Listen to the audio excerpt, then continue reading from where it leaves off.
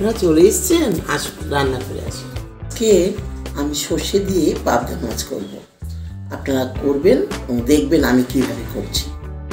পাবদা মাছগুলোকে প্রথমে ভালো করে ধুয়ে নুন হলুদ মাখিয়ে ভেজে নিতে হবে। তারপর সর্ষে বেটে নিতে হবে। আমি এখানে পরিমাণ মতো সর্ষে বেটে নিয়েছি, আর সেই জন্য আমি আগেই গরম জলে সর্ষে ভিজিয়ে রেখেছিলাম। তারপর সর্ষে বাটার মধ্যে একে একে হলুদ গুঁড়ো, লঙ্কা গুঁড়ো, পরিমাণ মতো লবণ দিয়ে নিতে হবে। তারপর সামান্য পরিমাণ জল দিয়ে নিতে হবে এবং মশলার সাথে সর্ষে বাটাটাকে ভালো করে গুলে নিতে হবে।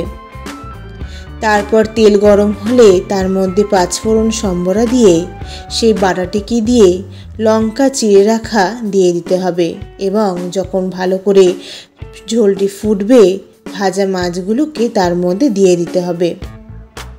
ঘন হয়ে গেলেই আমাদের পাবদা মাছের সর্ষে ঝাল একেবারে রেডি। এই রেসিপিটি অবশ্যই বাড়িতে ট্রাই করবেন, আর কেমন লাগলো আপনাদের অবশ্যই কমেন্ট বক্সে জানাবেন। ধন্যবাদ।